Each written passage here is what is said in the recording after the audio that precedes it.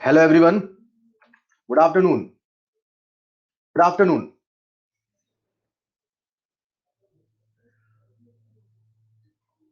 खुश रहिए बेटा विजय। आप सभी को अ वेरी गुड आफ्टरनून। कैसे हैं आप सब? कैसे हैं आप सब? मैं बिल्कुल शानदार हूं। खुश रहो हर्षित बेटा। ऑलराइट, चलिए हम लोग बात कर रहे थे एटॉमिक स्ट्रक्चर में। जब तक सभी बच्चे जल्दी जल्दी ऑनलाइन आ रहे हैं तब तक आपको बता दूं मैं नेक्स्ट क्लास का आपका होमवर्क क्या रहेगा। मुझे पता है कल आपका पेपर है, लेकिन फिर भी अपने को होमवर्क करना है और आप ये रूल बना के चलेंगे कि डेली क्लास का रिवीजन और डेली का होमवर्क किसी भी कीमत पर करना है। तो आपका जो कल का होमवर्क रहेगा, जो आपको कल के पेपर की बात करना है, आज की क्लास के बाद आप सभी लोग टेस्ट के रिवीजन में ध्यान देंगे। आप सभी लोग टेस्ट की तैयारी करेंगे। लेकिन जब पेपर हो जाएगा या कभी समय मिल जाता है, आपका पेपर ऑलरेडी प्रिपेयर है, तो होमवर्क जरूर करना है। आपका होमवर्क रहेगा, सबसे पहला होमवर्क रहेगा revise lecture 1, lecture 2, lecture 3 and lecture 4 atomic structure. ये आपका सबसे पहला होमवर्क रहेगा।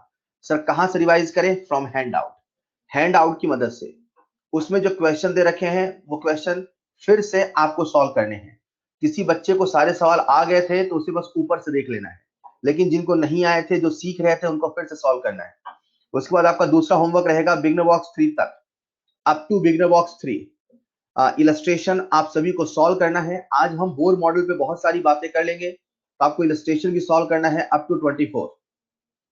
उसके बाद आएंगे एक्सरसाइज 1 पे। ये मस्ट है, सभी को अटेम्प्ट करना है। मैंने होमवर्क जिस सीक्वेंस में दिया, कोशिश करें उसी सीक्वेंस में होमवर्क करें। एक्सरसाइज 1 का होमवर्क रहेगा अप टू 54। ये कल के लिए है।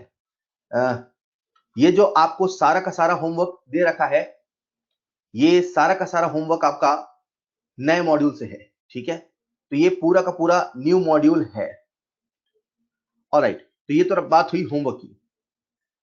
मॉड्यूल से पढ़ सकते हैं, बिल्कुल पढ़ सकते हो बेटा। अगर आपने साथ में नोट्स बनाए हैं तो ठीक है, नहीं तो आप पढ़ सकते हैं, ठीक है? सर आज सिर्फ न्यूमेरिकल करेंगे बेटा। न्यूमेरिकल उसके पहले कुछ छोटी छोटी बातें हैं, पहले उनको कर ले। मेरे ख्याल से 15-20 मिनट की थ्योरी है, उसके बाद केवल न्यूमेरिकल ही है, ठीक है? केवल न्यूमेरिकल ही है। ऑलराइट, चलिए। तो लास्ट क्लास में अपन बात कर रहे थे बोर मॉडल पे। आप सबका ध्यान चाहिए। आज हम चैट्स में बहुत कम लिखेंगे, जब पूछा जाए तभी लिखेंगे। जब न्यूमेरिकल शुरू हो तभी आपको आंसर देना है, तब तक आपको बहुत ध्यान से सुनना है, ठीक है? ऑलराइट, जो भी आपके डाउट होंगे वो हम लास्ट में लेते हैं। चलिए शुरू करते हैं। तो कल अपन बात कर रहे थे बोर एटॉमिक मॉडल पे। जो बोर एटॉमिक मॉडल है उसमें सबसे इंपॉर्टेंट इक्वेशन थी mvr is equal to nh/2 pi. कैसे इस पे सवाल बनते हैं अभी कुछ ही देर में देखेंगे। ये जो mvr है इसे हम लोग बोलते हैं एंगुलर मोमेंटम। उसके बाद हमने दो इक्वेशन की मदद से, एक इक्वेशन ये थी, एक दूसरी इक्वेशन थी kze square upon r square equal to mv square by r। इन दोनों इक्वेशन की मदद से अपन ने रेडियस, वेलोसिटी और एनर्जी का फॉर्मूला कल डिराइव कर लिया था। किसी बच्चे को कुछ याद हो ना याद हो, उन सभी बच्चों को फॉर्मूला जरूर याद होना चाहिए। रेडियस का फॉर्मूला था 0.529 into N square by Z. Velocity का फॉर्मूला जो कल अपन ने डिराइव किया था या याद किया था, वो फॉर्मूला था 2.18 इंटू 10 की power 6 into Z by N metre पर सेकंड। जब 10 की पावर 6 है बच्चों, ये फॉर्मूला है मीटर पर सेकंड में, और जब 10 की पावर 8 है तो फॉर्मूला है सेंटीमीटर पर सेकंड। एनर्जी का फॉर्मूला आ चुका था -13.6 into Z square upon N square. मैं मान के चल रहा हूं आपको कुछ याद है, नहीं याद है, आपको ये तीनों फॉर्मूले याद हैं। जिस बच्चे को फॉर्मूले नहीं याद है वो फॉर्मूले याद करने की कोशिश करेंगे। एक बच्चा मुझसे कहता है सर फॉर्मूले याद नहीं होते। उसे मैंने कहा सारे फॉर्मूले एक कागज पे लिखिए, सारे फॉर्मूले एक कागज पे लिखिए, सुबह दोपहर शाम, खाना खाने के पहले, खाना खाने के बाद याद करिए। याद होगा कैसे नहीं? हाथ धो के पीछे पड़ जाइए, मुझे सारे फॉर्मूले याद करने हैं, याद होगा कैसे? हाँ, पहले कुछ जिद चाहिए, याद करना है। तो ये सारे फॉर्मूले अपन ने कर लिए थे, मैं आज क्लास स्टार्ट कर रहा हूँ, ठीक है? ऑलराइट, तो मैंने आपसे कहा था कि बेटा जो बोर मॉडल है वो केवल केवल केवल सिंगल इलेक्ट्रॉनिक स्पीसीज के लिए वैलिड है। सिंगल इलेक्ट्रॉनिक स्पीसीज का होना बहुत जरूरी है। सवाल में कभी कभी आपको कंफ्यूज करेगा, पर याद रहे अगर सिंगल इलेक्ट्रॉनिक स्पीसीज नहीं है तो बोर मॉडल नहीं लगेगा, बोर मॉडल के फॉर्मूले नहीं लगेंगे। मैंने आपसे कहा था कि जो एनर्जी का फॉर्मूला है वो फॉर्मूला है -13.6 into Z square upon N square eV. मैं देख रहा था हैंडआउट, उसमें लास्ट में मैंने आपको हाइड्रोजन एटम के लिए, किसके लिए बच्चों? हाइड्रोजन एटम के लिए सभी एनर्जी का फॉर्मूला बता दिया था। यहीं से अपना ये सारा फॉर्मूला याद करने का प्रोसेस शुरू हो जाता है। सबसे पहले आता है ऑर्बिट नंबर 1। इसे हम ऑर्बिट भी कहते हैं, इसे हम शेल भी कहते हैं, इसे हम स्टेशनरी स्टेट भी कहते हैं, इसे हम बहुत सरल भाषा में एनर्जी लेवल भी कहते हैं। ये बोर की भाषा में एक एनर्जी लेवल था, ये कोई ऑर्बिट नहीं है। बोर ने कहा ये एक एनर्जी का लेवल है, ये एक एनर्जी का पॉइंट है, ये एक एनर्जी का लेवल है।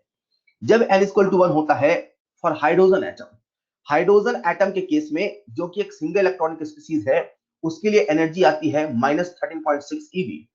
उसी प्रकार से n इक्वल टू 2 की बात करते हैं, सेकंड ऑर्बिट की बात करते हैं, एल शेल की बात करते हैं, जो n इक्वल टू 1 है वो केस शेल है, इसकी जो एनर्जी आती है वो आती है -3.4 eV।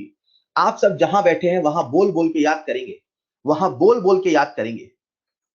उसी प्रकार से n इक्वल टू 3 पर जो एनर्जी थी वो कितनी थी बच्चों? -1.51 eV। For n equal to 4 जो एनर्जी आ गई थी वो कितनी आई थी? -0.85 eV। उसी प्रकार से n इक्वल टू 5 की एनर्जी आ गई थी -0.54 eV। अपने को n इक्वल टू 1 से लेके n इक्वल टू 5 तक की एनर्जी याद रखनी है फॉर हाइड्रोजन एटम। ये जो एनर्जी है ये एनर्जी लेवल है, ये एक फिक्स एनर्जी लेवल है। मैंने कहा ये जो एनर्जी लेवल है ये सिग्निफाई करता है कि जब इलेक्ट्रॉन उस ऑर्बिट में होगा तो वो तभी होगा जब उस पर्टिकुलर एनर्जी लेवल के करस्पॉन्डिंग होगा। मेरा कहने का मतलब है कि अगर एक इलेक्ट्रॉन n इक्वल टू 1 पर है तो वो n इक्वल टू 1 पर तभी है जब वो n इक्वल टू 1 पर रहने लायक है, जब उसके पास एनर्जी -13.6 है। सोचो तो बड़ा अजीब लगता है कि सर यार एनर्जी निगेटिव कैसे हो सकती है? बेटा एनर्जी निगेटिव इसलिए हो सकती है क्योंकि यहाँ पे जो एनर्जी है वो अट्रैक्शन फोर्स को सिग्निफाई कर रही है। सर कहने का मतलब क्या है? कहने का मतलब ये है कि मान लीजिए न्यूक्लियस है, जब न्यूक्लियस के करीब इलेक्ट्रॉन होगा, तो जब इलेक्ट्रॉन न्यूक्लियस के करीब होता है वो अट्रैक्शन फोर्स से बंधा होता है, और अट्रैक्शन फोर्स से जब बंधा होता है तो अगर हमें उस इलेक्ट्रॉन को रिमूव करना है, अगर हमें उस इलेक्ट्रॉन को रिमूव करना है जो अट्रैक्शन फोर्स से बंधा है, हमें एनर्जी देनी पड़ेगी। इलेक्ट्रॉन न्यूक्लियस से अट्रैक्टेड है और अगर आपको हटाना है तो आपको एनर्जी देके हटाना पड़ेगा। मतलब अगर कोई इलेक्ट्रॉन न्यूक्लियस के अट्रैक्शन में है और आपको उसे रिमूव करना है तो रिमूव करने के लिए भैया एनर्जी तो देनी पड़ेगी।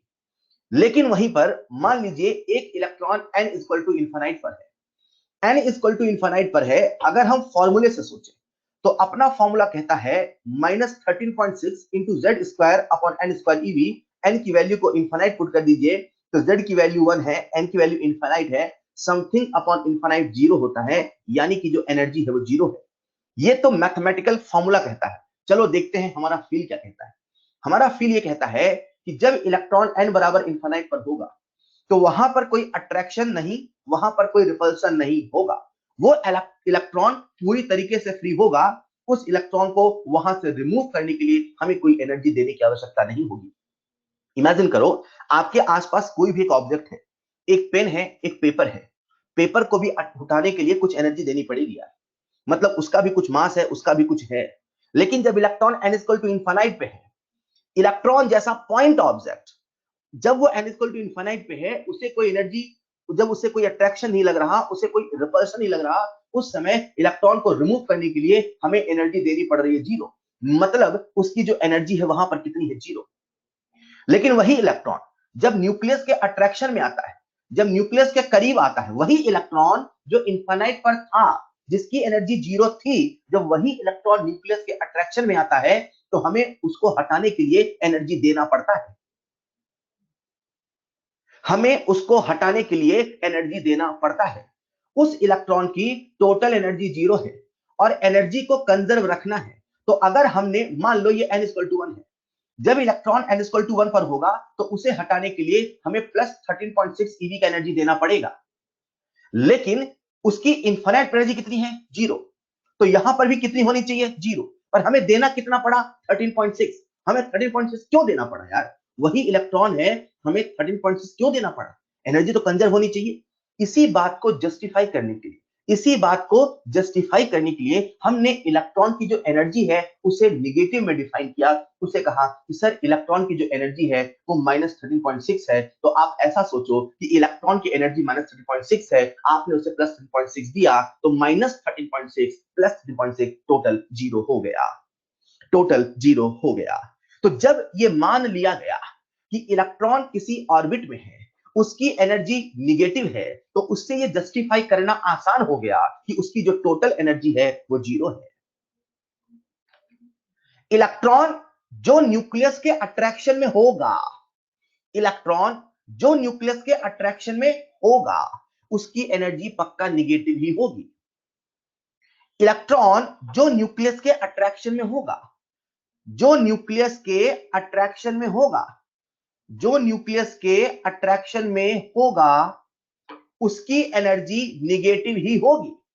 उस इलेक्ट्रॉन की एनर्जी निगेटिव ही होगी, और जो इलेक्ट्रॉन अट्रैक्शन से, रिपल्शन से परे होगा, उसकी एनर्जी 0 होगी, उसकी एनर्जी 0 होगी। और वो कब होगी? वो n बराबर इनफाइनाइट पर होगी, वो n बराबर इनफाइनाइट पर होगी। मैंने कहा था एक इलेक्ट्रॉन की जो एनर्जी है वो जैसे जैसे न्यूक्लियस से दूर जा रहे हैं वैसे वैसे बढ़ रही है। जब वो न्यूक्लियस के सबसे करीब है तो उस पर सबसे ज्यादा अट्रैक्शन है, तो उसकी एनर्जी सबसे ज्यादा निगेटिव है, जो मैथमेटिकली भी जस्टिफाइड है कि जब इलेक्ट्रॉन न्यूक्लियस के सबसे करीब है, n बराबर 1 पर है, तो उसकी एनर्जी -13.6 है। जैसे जैसे न्यूक्लियस से दूर जाएंगे, जैसे जैसे न्यूक्लियस से दूर जाएंगे, तो अट्रैक्शन फोर्स कम होता जाएगा, इलेक्ट्रॉन की एनर्जी कम निगेटिव होती जाएगी, या ऐसे समझो इलेक्ट्रॉन की एनर्जी बढ़ती जाएगी। तो यहां पर आपको जो पॉइंट याद रखना है वो ये है कि जैसे जैसे हम न्यूक्लियस से दूर जाते हैं वैसे वैसे इलेक्ट्रॉन की एनर्जी बढ़ती है। जैसे जैसे as we move far from nucleus, far from nucleus, energy of electron increases, electron की एनर्जी बढ़ जाती है। जैसे जैसे हम न्यूक्लियस से दूर जाते हैं वैसे वैसे इलेक्ट्रॉन की एनर्जी बढ़ जाती है। और मजे की बात तो यह है बच्चों, the maximum possible energy, the maximum possible energy for an electron inside an atom is 0। क्योंकि क्योंकि हमेशा वो न्यूक्लियस के अट्रैक्शन में है, तो उसकी एनर्जी तो निगेटिव ही होगी, और जब वो न्यूक्लियस के अट्रैक्शन में नहीं है तो उसकी एनर्जी मैक्सिमम कितनी है? 0। इसे आप ऐसे याद रख सकते हैं कि हम लोग इलेक्ट्रॉन की एनर्जी निगेटिव इसलिए बताते हैं क्योंकि वो न्यूक्लियस के अट्रैक्शन में है। सरल भाषा में अगर कॉपी में एक लाइन लिखना हो तो मैं यही कहूंगा, negative energy of electron signifies, negative energy of electron signifies, negative energy of electron signifies, it is in attraction with nucleus, it is in attraction with nucleus, it is in attraction with nucleus। Electron की जो negative energy है वो ये signify करती है कि वो nucleus के साथ अट्रैक्शन में है, कि वो न्यूक्लियस के साथ अट्रैक्शन में है। ठीक है साहब, ये तो बात हो गई टोटल एनर्जी की। अगर आपको याद हो, कल मैंने आपको 3 फॉर्मूले पढ़ाए थे बच्चों। एक फॉर्मूला पढ़ाया था टोटल एनर्जी का, एक पढ़ाया था काइनेटिक एनर्जी का, और एक बताया था पोटेंशियल एनर्जी का। जो टोटल एनर्जी का फॉर्मूला था वो था -kZe²/2r। जिन बच्चों को याद नहीं है वो यहां से याद करने की कोशिश करेंगे। टोटल एनर्जी का फॉर्मूला था -kZe²/2r, काइनेटिक एनर्जी का फॉर्मूला था +kZe²/2r, और पोटेंशियल एनर्जी का फॉर्मूला था -kZe²/r। अगर कोई बच्चा बहुत ध्यान से देखे तो वो क्या पाएगा कि सर यार जो टोटल एनर्जी और काइनेटिक एनर्जी है वो देखने में तो बिल्कुल इक्वल है, बस फर्क ये माइनस और प्लस का है। मैंने कहा बिल्कुल सही, जो टोटल एनर्जी है वो काइनेटिक एनर्जी के इक्वल ही है, बस टोटल एनर्जी निगेटिव में है और काइनेटिक एनर्जी पॉजिटिव में है। मेरा कहने का मतलब है, अगर आप सब जानते हैं कि टोटल एनर्जी का formula -13.6 into Z square upon N square eV है, तो आंख बंद करके आप ये भी जानते हैं कि काइनेटिक एनर्जी का फॉर्मूला है +13.6 into Z square upon N square eV. आपने टोटल एनर्जी की मदद से काइनेटिक एनर्जी को कैलकुलेट कर लिया, क्योंकि आपको फैक्ट पता है कि काइनेटिक टोटल दोनों इक्वल है। महज बस फर्क इतना है कि एक में माइनस है और एक में प्लस है। अगर हम बात करें पोटेंशियल एनर्जी की, तो आप ध्यान से देखो, टोटल एनर्जी में यहां नीचे 2 है, लेकिन पोटेंशियल एनर्जी में 2 नहीं है। मतलब आप ऐसा सोचो कि अगर हम टोटल एनर्जी को 2 से मल्टीप्लाई कर दे, अगर हम टोटल एनर्जी को 2 से मल्टीप्लाई कर दे, तो 2 से 2 कैंसिल हो जाएगा, 2 से 2 कैंसिल हो जाएगा। जब ये 2 से 2 कैंसिल होगा तो ये पोटेंशियल एनर्जी के बराबर हो जाएगा। तो यहां से अपन एक रिलेशन निकाल सकते हैं कि सर जो पोटेंशियल एनर्जी है वो टोटल एनर्जी का 2 टाइम्स है। मतलब किसी भी ऑर्बिट के जो इलेक्ट्रॉन है उसकी जो एनर्जी है अगर E है तो उसकी पोटेंशियल एनर्जी 2 है, जैसा साइन है वैसा ही साइन है। तो अगर इसे अपन फॉर्मूले की शक्ल दे तो क्या कहेंगे, सर पोटेंशियल एनर्जी का फॉर्मूला हो जाएगा -13.6 का दुगना करिए बच्चों। जब आप 13.6 का दुगना करेंगे, भाई ये टोटल एनर्जी है ना यार, इसका दुगना कर रहे हैं, जब इसका दुगना करेंगे तो क्या हो जाएगा, -27.2 into Z square upon N square eV. ये जो आपने लिखा बच्चों, ये एनर्जी का फॉर्मूला है, ये टोटल एनर्जी का फॉर्मूला है, ये काइनेटिक एनर्जी का फॉर्मूला है और ये पोटेंशियल एनर्जी का फॉर्मूला है। अगर इसे बहुत सरल शब्दों में बांधना हो तो मैं क्या कहूंगा, टोटल एनर्जी और काइनेटिक एनर्जी इक्वल ही होता है, बस फर्क एक माइनस का होता है। तो आपने दोनों को इक्वेट कर दिया, total energy equal to minus kinetic energy. ठीक उसी प्रकार से टोटल एनर्जी और पोटेंशियल एनर्जी को भी अपन रिलेट कर सकते हैं कि जो टोटल एनर्जी है वो पोटेंशियल एनर्जी का हाफ है, या जो पोटेंशियल एनर्जी है वो टोटल एनर्जी का 2 टाइम्स है। इसी बात को जस्टिफाई करते हैं हाइड्रोजन एटम के लिए। तो जब अपन हाइड्रोजन एटम के लिए, मुझे आप सबका ध्यान चाहिए बेटा, जब अपन हाइड्रोजन एटम के लिए, कौन सा एटम है, हाइड्रोजन एटम, कितने इलेक्ट्रॉन है, एक इलेक्ट्रॉन है। जब अपन हाइड्रोजन एटम के लिए n equal to 1, n equal to 2, n equal to 3, n equal to 4, n equal to 5 की टोटल एनर्जी, काइनेटिक एनर्जी और पोटेंशियल एनर्जी लिखते हैं, तो इस रिलेशन की मदद से, ये जो रिलेशन आपके सामने आया, इस रिलेशन की मदद से बहुत आसानी से लिख पाए। जैसे कुछ देर पहले मैंने आपको टोटल एनर्जी बताया था, जिन बच्चों को याद नहीं एक बार मेरे साथ फिर याद करेंगे और जिनको याद है वो बोलेंगे। n इक्वल टू 1 पर टोटल एनर्जी कितनी है बच्चों, -13.6 eV। n इक्वल टू 2 पर टोटल एनर्जी कितनी है बच्चों, बोलो बोलो, -3.4 eV। n इक्वल टू 3 पर टोटल एनर्जी कितनी है बच्चों, -1.51 eV। 4 पर कितनी है, -0.85 eV। 5 पर कितनी है, बोलो बोलो, -0.54 eV। अगर हमें किसी भी ऑर्बिट की एनर्जी पता है टोटल, तो हम लोग काइनेटिक लिख सकते हैं, हम लोग पोटेंशियल लिख सकते हैं। तो आप सबको बताना है अब काइनेटिक एनर्जी, आप सबको बताना है काइनेटिक एनर्जी। बताओ फर्स्ट ऑर्बिट की काइनेटिक एनर्जी कितनी होगी, बहुत आसान शब्दों में, सर फर्स्ट ऑर्बिट की काइनेटिक एनर्जी होगी 13.6। क्यों, काइनेटिक और टोटल बराबर ही होता है, बस टोटल माइनस में होता है, काइनेटिक प्लस में होता है। सेकंड ऑर्बिट की काइनेटिक कितनी होगी, सर 3.4। थर्ड की कितनी होगी 1.51, फोर्थ की कितनी होगी 0.85, फिफ्थ की कितनी होगी 0.54।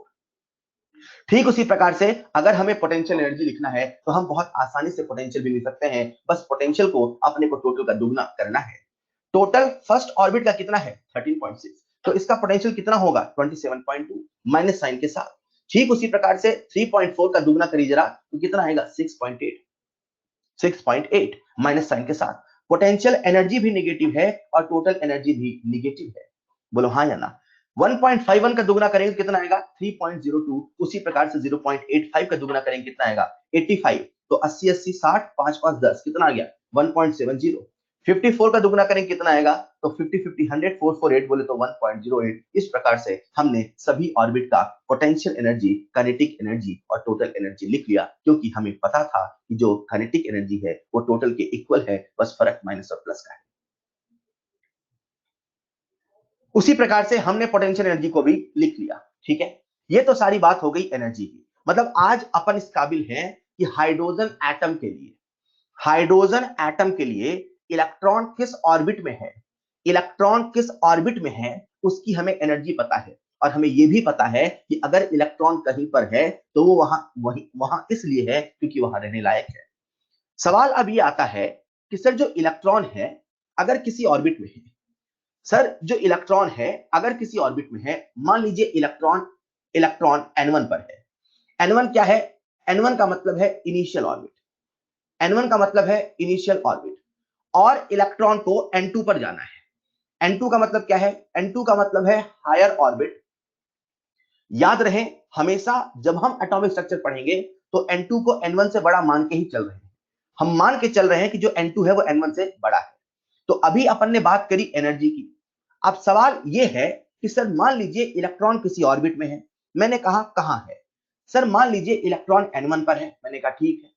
अब सर अगर इलेक्ट्रॉन N1 पर है तो वो वहां इसीलिए है क्योंकि वहां रहने लायक है, क्योंकि वहां एनर्जी उसके करस्पॉन्डिंग इवन है। अगर इलेक्ट्रॉन को E2 पर जाना होगा, अगर इलेक्ट्रॉन को N2 पर जाना होगा, तो क्या वो अपने आप चला जाएगा? मैं कहूंगा अपने आप नहीं जाएगा। क्यों? क्योंकि फर्स्ट ऑर्बिट की एनर्जी E1 है, सेकंड ऑर्बिट की एनर्जी E2 है। अगर इस इलेक्ट्रॉन को यहां से यहां ट्रांजिशन करना है, जब इलेक्ट्रॉन अपने ऑर्बिट को बदलता है उसे बोलते हैं ट्रांजिशन। चाहे नीचे से ऊपर जाए, चाहे ऊपर से नीचे आए, इस फेनोमेनन को बोलते हैं ट्रांजिशन। जब इलेक्ट्रॉन को ट्रांजिट करना है, जब इलेक्ट्रॉन को N1 से N2 पे जाना है, तो सारा खेल बच्चों एनर्जी का है। ये इलेक्ट्रॉन नीचे से ऊपर, N1 मतलब नीचे मतलब लोअर एनर्जी ऑर्बिट, N1 मतलब नीचे मतलब लोअर एनर्जी ऑर्बिट, N2 मतलब हायर एनर्जी ऑर्बिट, मतलब हायर एनर्जी ऑर्बिट। अगर इलेक्ट्रॉन को नीचे से ऊपर जाना है तो इलेक्ट्रॉन नीचे से ऊपर तभी जा पाएगा जितना यहां पे एनर्जी का गैप है। इन दोनों ऑर्बिट के बीच में एक एनर्जी का गैप है। वो एनर्जी के गैप के बराबर जब वो अपने अंदर एनर्जी रख पाएगा तभी वो नीचे से ऊपर जा पाएगा। सरल भाषा में मान लीजिए एक बिल्डिंग है, एक बंदा फर्स्ट फ्लोर पे है। जो बंदा फर्स्ट फ्लोर पे है उसकी पोटेंशियल एनर्जी है 40, उसे सेकंड फ्लोर पे जाना है। सेकंड फ्लोर पे जाने के लिए उसकी एनर्जी हो जाती है 100। तो इसे मैं ऐसे कहूंगा, अगर उस बंदे को फर्स्ट फ्लोर से सेकंड फ्लोर जाना है तो उसको अपनी पोटेंशियल एनर्जी बढ़ानी पड़ेगी। उसके अंदर यहाँ का जो एनर्जी गैप है दैट इज 60 जूल या किलो जूल का, वो जब गैप फुलफिल करेगा तभी यहां जा पाएगा। या अगर वो सेकंड में है तो वो वहां इसीलिए है क्योंकि उसके पास 100 जूल है। या अगर उसे 40 से 100 पे जाना है तो उसे 60 जूल का एनर्जी और चाहिए तभी वो जा पाएगा। कहीं ना कहीं अपने को अब समझना पड़ेगा आखिर ये ऑर्बिट्स का एनर्जी गैप होता क्या है, आखिर ये ऑर्बिट्स के बीच में एनर्जी गैप होता कितना है, आखिर ये एनर्जी गैप निकालते कैसे हैं। हमें एनर्जी गैप जानने की आवश्यकता क्यों है? क्योंकि जब एनर्जी गैप जानेंगे तभी तो ये समझ पाएंगे कि इलेक्ट्रॉन को कितनी एनर्जी दे कि वो यहां पहुंच जाए। एनर्जी गैप जानेंगे तभी तो ये समझ पाएंगे कि इलेक्ट्रॉन को कितनी एनर्जी की आवश्यकता है कि वो किसी हायर एनर्जी ऑर्बिट में पहुंच जाए। तो आइए पता करते हैं एनर्जी गैप। बच्चों हम क्या पता करने वाले हैं? Energy gap. बच्चों हम क्या पता करने वाले हैं? Energy gap. किसके बीच का? दो ऑर्बिट के बीच का। वो दो ऑर्बिट कौन है? सर एक हायर ऑर्बिट है, एक लोअर ऑर्बिट है। हायर ऑर्बिट की एनर्जी कितनी है? E2। लोअर ऑर्बिट की एनर्जी कितनी है? E1। बच्चों जब हम न्यूक्लियस से दूर जाते हैं तो एनर्जी बढ़ती है कि घटती है? सर बढ़ती है।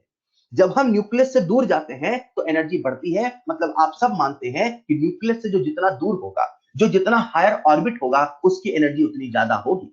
मतलब आप ये मानते हैं कि सर इस केस में जो E2 है उसकी एनर्जी E1 से ज्यादा है। तो अगर आपको एनर्जी गैप पता करना है, अगर आपको डिफरेंस पता करना है तो आपको बड़ा माइनस छोटा करना होगा। तो मैंने कहा E2 माइनस E1 तो कर लिया। ये मैं क्या पता कर रहा हूं? Energy gap. मतलब अगर हमें किसी भी दो ऑर्बिट के बीच में एनर्जी गैप पता करना है तो हायर ऑर्बिट का एनर्जी माइनस लोअर ऑर्बिट का एनर्जी ही तो करना है। इसमें मुश्किल कहां है? कोई मुश्किल नहीं है।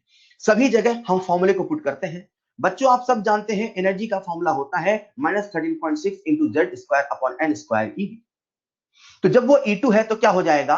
-13.6 into Z square upon N2 square. और जब वो E1 है तो क्या हो जाएगा? यहां माइनस साइन लगा है, माइनस और ये वाला माइनस, माइनस और एनर्जी वाला माइनस, माइनस और एनर्जी वाला माइनस। तो माइनस माइनस क्या हो जाएगा? Plus 13.6 into Z square upon N1 square. आप इसको थोड़ा सा सिंप्लीफाई करेंगे। जब आप इसको सिंप्लीफाई करेंगे तो फॉर्मूला आ जाता है 13.6 को कॉमन ले लो, z स्क्वायर को कॉमन ले लो, तो फॉर्मूला बन जाएगा 1/n1 square minus 1/t square. आज से कभी भी हमें दो ऑर्बिट के बीच में एनर्जी गैप निकालना है तो इसी फॉर्मूले से निकालना होगा। बच्चा कहता है कि सर इतना बड़ा फॉर्मूला लगाएंगे तो समय ज्यादा भी लग जाएगा। बिल्कुल समय ज्यादा लगेगा, पर ये ओरिजिनल मेथड है, ये रूट मेथड है एनर्जी गैप पता करने का। पर आप सवाल इस मेथड से नहीं करेंगे, आप कैसे करेंगे वो भी सुनिएगा। ये जो मेथड है, ये जो फॉर्मूला है, वो बहुत रेयरली लगाएंगे जब हमें डाटा याद नहीं होगा। हमारे एग्जाम में कुछ सिलेक्टेड टाइप के ही प्रॉब्लम आते हैं तो अपने को एनर्जी गैप भी याद करना होगा। तो आप सबके सामने मैं अब बनाने जा रहा हूं एनर्जी गैप। ये मान लीजिए हाइड्रोजन एटम की अभी तक सारी बातें चल रही बच्चों। ये मान लीजिए हमारे पास है n बराबर 1। क्या है बच्चों? n बराबर 1।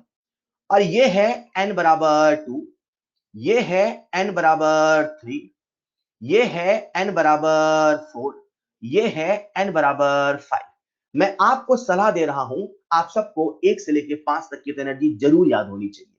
क्लियर है? चलिए, तो अब हम देख रहे हैं आखिर किस ऑर्बिट की कितनी एनर्जी है। चलिए सबसे पहले सभी ऑर्बिट की एनर्जी लिख लेते हैं।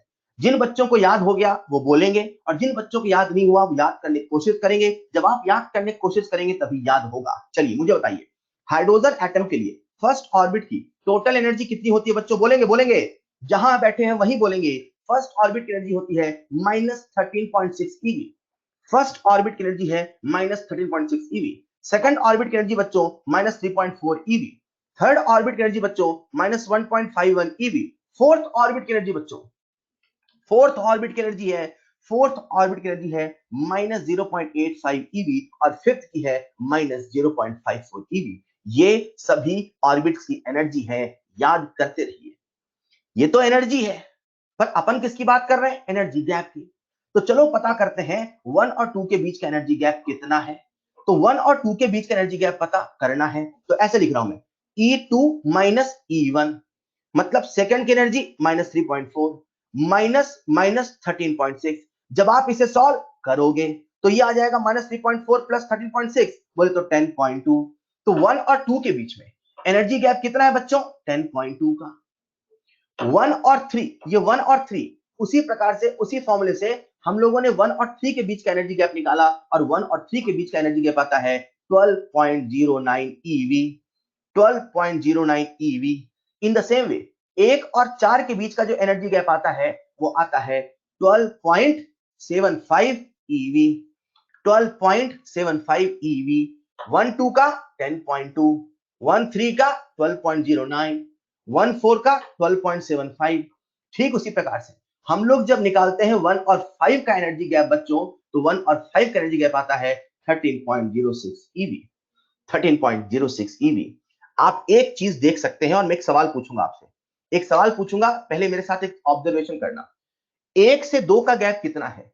1 से 2 का गैप कितना है? मतलब 2 से 1 का गैप कितना है? 10.2 का। 1 से 3 का गैप कितने का है? 12.09 का। 1 से 4 का गैप कितना है? 12.75 का। 1 से 4 का, 1 से 4 का गैप कितने का है?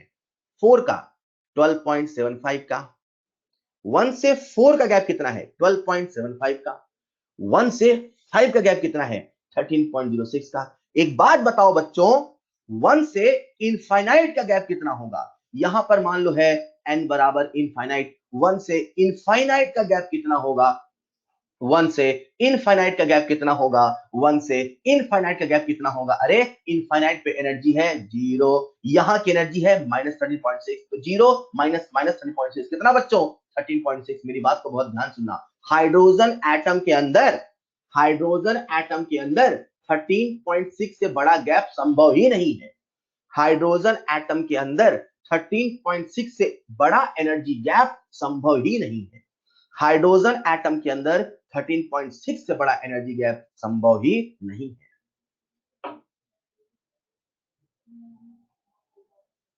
ये जो अभी अपन ने एनर्जी गैप लिखा, ये 1 से 2, 1 से 3, 1 से 4, 1 से 5 लिखा। अब एक एक करके याद कर लेते हैं। जैसे 1 से 2 का कितना गैप है? 10.2। उसी प्रकार से 2 से 3 का गैप होता है 1.89 ईवी। 2 से 3 का गैप होता है 1.89 ईवी। 3 से 4 का गैप होता है, 3 से 4 का बच्चों 0.66 EV, 0.66 EV, और 4 से 5 का गैप होता है, 4 और 5 के बीच का एनर्जी गैप है 0.31 EV। अब शुरू होगा हमारा यहां से खेल, 0.31 EV। एक चीज बहुत ध्यान से देखिएगा बेटा, जब हमारा एनर्जी गैप, मैं आपसे कुछ सवाल पूछूंगा, देखना ध्यान से, बताओ 4 और 5 के बीच का एनर्जी गैप कितना है? 4 और 5 के बीच का एनर्जी गैप कितना है? 4 और 5 के बीच का एनर्जी गैप कितना है? 0.31। ठीक, यहां पे कुछ टर्म्स आते हैं। जब इलेक्ट्रॉन n=1 पे होता है, जब इलेक्ट्रॉन n=1 पे होता है, इसे हम लोग बोलते हैं ग्राउंड स्टेट। क्या बोलते हैं? Ground state. तो जब भी बोला जाए ग्राउंड स्टेट, जब भी बोला जाए ग्राउंड स्टेट, तो आप समझ जाएंगे n=1 पर इलेक्ट्रॉन है। जब इलेक्ट्रॉन n=1 पर है, ग्राउंड स्टेट पर है। ग्राउंड स्टेट सबसे लोवेस्ट एनर्जी स्टेट है। ग्राउंड स्टेट सबसे लोवेस्ट एनर्जी स्टेट है। अगर इलेक्ट्रॉन को ग्राउंड स्टेट से हायर एनर्जी स्टेट में जाना है, अगर इलेक्ट्रॉन को ग्राउंड स्टेट से हायर एनर्जी स्टेट में जाना है, उसके लिए उसका किया जाएगा एक्साइटेशन। क्या किया जाएगा? एक्साइटेशन। तो यहां पे एक वर्ड होता है एक्साइटेशन। एक्साइटेशन का मतलब होता है हायर एनर्जी ऑर्बिट में जाने की process. Excitation, higher energy orbit. तो जब इलेक्ट्रॉन ग्राउंड स्टेट में है और उसका एक्साइटेशन किया जाएगा, तो एक्साइटेशन जब किया जाएगा तो वो हायर एनर्जी स्टेट में पहुंच जाएगा। ये जो हायर एनर्जी स्टेट होते हैं ना, जैसे ये 2, ये एक हायर एनर्जी स्टेट है 1 के कंपैरिजन में। 3, ये एक हायर एनर्जी स्टेट है 2 और 3 के कंपैरिजन में। 4, ये एक हायर एनर्जी स्टेट है 1, 2, 3 के कंपैरिजन में। ये जो हायर एनर्जी स्टेट होते हैं बच्चों, इन्हें अपन बोलते हैं एक्साइटेड स्टेट। क्या बोलते हैं? Excited state. तो बोलचाल की भाषा में ऐसे कहा जाता है, इलेक्ट्रॉन जब ग्राउंड स्टेट से एक्साइट होता है तो वो एक एक्साइटेड स्टेट में पहुंच जाता है। इलेक्ट्रॉन जब ग्राउंड स्टेट से एक्साइट होता है तो वो एक्साइटेड स्टेट में पहुंच जाता है। जैसे मान लीजिए इलेक्ट्रॉन जब पहली बार पहुंचेगा n=2 पर, तो उसे हम लोग बोलते हैं फर्स्ट एक्साइटेड स्टेट। क्या बोलते हैं? First excited state. तो जैसे बोला फर्स्ट एक्साइटेड स्टेट, आप समझ जाएंगे अच्छा n=2 पर पहुंच गया है। उसी प्रकार से कहा गया सेकंड एक्साइटेड स्टेट। तो अगर सेकंड एक्साइटेड स्टेट है तो बताइए इलेक्ट्रॉन कहां पहुंच गया? सेकंड एक्साइटेड स्टेट है तो इलेक्ट्रॉन कहां पहुंच गया? सेकंड एक्साइटेड स्टेट, मतलब n की वैल्यू कितनी है? 3। मतलब जो एक्साइटेड स्टेट है n उससे एक बड़ा है। जो एक्साइटेड स्टेट है n उससे एक बड़ा है। फर्स्ट में तो n2, सेकंड में तो n3, थर्ड में तो n4, टेंथ में तो n11। तो आप मुझे बताओ, अगर nth एक्साइटेड स्टेट है, अगर nth एक्साइटेड स्टेट है, तो बताओ ऑर्बिट नंबर क्या? तो बताओ n नंबर क्या? तो बताओ n नंबर क्या? n हमेशा उससे एक बड़ा है, मतलब जो n होगा बच्चों वो n+1 होगा। जो भी एक्साइटेड स्टेट है, ऑर्बिट का नंबर हमेशा उससे एक ज्यादा है। तो बोलचाल की भाषा में ऐसे कहा जाता है, जब इलेक्ट्रॉन ग्राउंड स्टेट से एक्साइट होके एक्साइटेड स्टेट में जाएगा तो वो अपनी एनर्जी को बढ़ाएगा। तो इसको मैं ऐसे कहता हूं, इसको मैं ऐसे कहता हूं, जब वो नीचे से ऊपर जाएगा, जब वो नीचे से ऊपर जाएगा, एक्साइटेशन कहलाएगा। बच्चों सुनिएगा, जब वो नीचे से ऊपर जाएगा, n1 से n2 जाएगा, जब वो नीचे से ऊपर जाएगा, एक्साइटेशन कहलाएगा। जब वो नीचे से ऊपर जाएगा, एक्साइटेशन कहलाएगा। एक्साइटेशन जब होगा तो एनर्जी बढ़ेगी घटेगी? एनर्जी बढ़ेगी। अरे जब इलेक्ट्रॉन 1 से 2 पे जाएगा तो 1 से 2 जा रहा, कहां से कहां जा रहा? 1 से 2। तो जब 1 से 2 जा रहा तो एनर्जी बढ़ रही घट रही? बढ़ रही। जब वो n से 2 पे जाएगा तो एनर्जी बढ़ेगी घटेगी? बढ़ेगी। तो अगर इलेक्ट्रॉन को 2 पे जाना है तो वो वहां तभी जा पाएगा जब वहां के बराबर की एनर्जी रख पाएगा। अभी इलेक्ट्रॉन 1 पर बैठा है, उसे 2 पर जाना है, एनर्जी को बढ़ाना है, तो जितना एनर्जी का गैप होगा, जब उतना एनर्जी उसे मिल जाएगा तभी तो वहां पहुंच पाएगा। अभी इलेक्ट्रॉन n=1 पर है, उसे 2 पर जाना है, हायर पर जाना है, एनर्जी को बढ़ाना है, एनर्जी को एब्जॉर्ब करेगा। अरे जब एब्जॉर्ब करेगा तभी तो एनर्जी बढ़ेगी। बोलो ना। जब इलेक्ट्रॉन नीचे से ऊपर जाएगा, एक्साइटेशन कहलाएगा, एनर्जी बढ़ाएगा, एनर्जी बढ़ाने के लिए एनर्जी को एब्जॉर्ब करेगा। एनर्जी बढ़ाने के लिए एनर्जी को एब्जॉर्ब करेगा। मजे की बात है, मजे की बात है, थोड़ा हिंदी में लिख देता हूं, मजे की बात है, जितने का गैप है, जितने का गैप है, जितने का गैप है उतना ही एब्जॉर्ब करेगा, जितने का गैप है उतना ही एब्जॉर्ब करेगा, ना थोड़ा ज्यादा ना थोड़ा कम, ना थोड़ा ज्यादा ना थोड़ा कम, ना थोड़ा ज्यादा ना थोड़ा कम, जितने का गैप है उतना ही एब्जॉर्ब करेगा, ना थोड़ा ज्यादा ना थोड़ा कम। सर ये क्या कहा आपने? मैंने कहा जब इलेक्ट्रॉन नीचे से ऊपर जाएगा, जब इलेक्ट्रॉन, यहां बना रहा हूं, इधर इधर इधर देखो, इधर देखो, जब इलेक्ट्रॉन नीचे से ऊपर जाएगा एनर्जी को बढ़ाएगा, एक्साइटेशन कहलाएगा। ऊपर जाने के लिए एनर्जी को बढ़ाना होगा, एनर्जी को बढ़ाने के लिए एनर्जी को एब्जॉर्ब करना होगा। सर ये एनर्जी कहां से मिलेगी? सर ये एनर्जी कहां से मिलेगी? ये एनर्जी फोटोन से मिलेगी। तो इमेजिन करिए एक इलेक्ट्रॉन है बच्चों, इमेजिन करिए एक इलेक्ट्रॉन है, सुन रहे हो क्या? इमेजिन करिए एक इलेक्ट्रॉन है जो n इक्वल टू 1 पर है। यहां पूछ लेता हूं मैं, एक मिनट।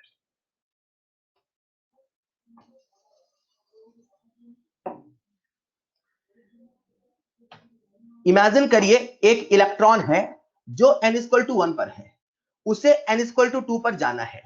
यहां पर एक इलेक्ट्रॉन है, इससे आकर एक लाइट, इससे आकर एक लाइट स्ट्राइक करती है। लाइट में एक फोटोन होता है, जो फोटोन है वो एक एनर्जी पैकेट होता है। फोटोन अपने साथ 10.2 ईवी का, फोटोन अपने साथ 10.2 ईवी का एनर्जी लेके आता है, इस इलेक्ट्रॉन से टकराता है। फोटोन एक लिफाफे में बंद एनर्जी है। फोटोन जैसे ही इलेक्ट्रॉन से टकराएगा लिफाफा खुल जाएगा, उसके अंदर जितनी भी एनर्जी थी वो पूरी की पूरी खर्च हो जाएगी, इलेक्ट्रॉन को 10.2 मिल जाएगा। हम सब जानते हैं 1 से 2 का गैप 10.2 होता है, तो 10.2 का एनर्जी मिलेगा, इलेक्ट्रॉन कूद के 2 पर पहुंच जाएगा।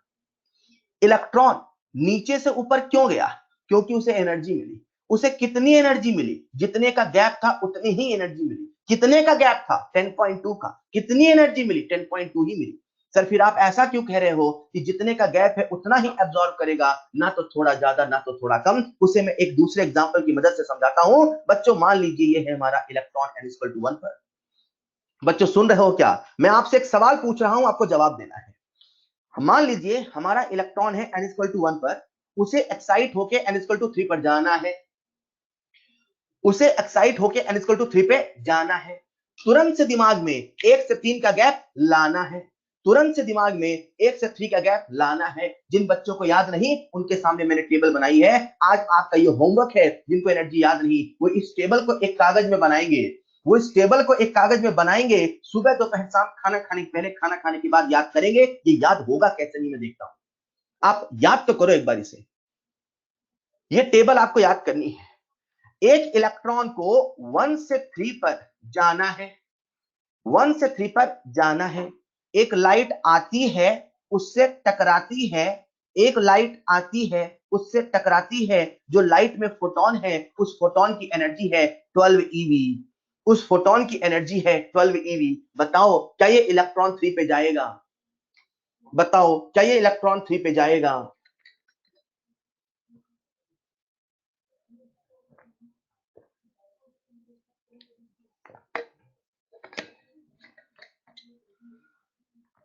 बताओ क्या ये इलेक्ट्रॉन 3 पे जाएगा? नहीं सर, ये इलेक्ट्रॉन 3 पर नहीं जाएगा। ये इलेक्ट्रॉन 3 पर क्यों नहीं जाएगा? सर क्योंकि यहां से यहां का गैप होता है 12.09 ईवी। आने वाले फोटोन के पास एनर्जी कम है, ये 3 पे नहीं जाएगा। अरे 3 पे नहीं जाएगा तो फिर 2 पे चला जाए, 3 पे नहीं जाएगा तो फिर 2 पे चला जाए, 3 पे नहीं जाएगा तो फिर 2 पे चला जाए। नहीं नहीं नहीं, ना तो ये 3 पर जाएगा ना तो ये 2 पर जाएगा, ना तो ये 3 पर जाएगा ना तो ये 2 पर जाएगा।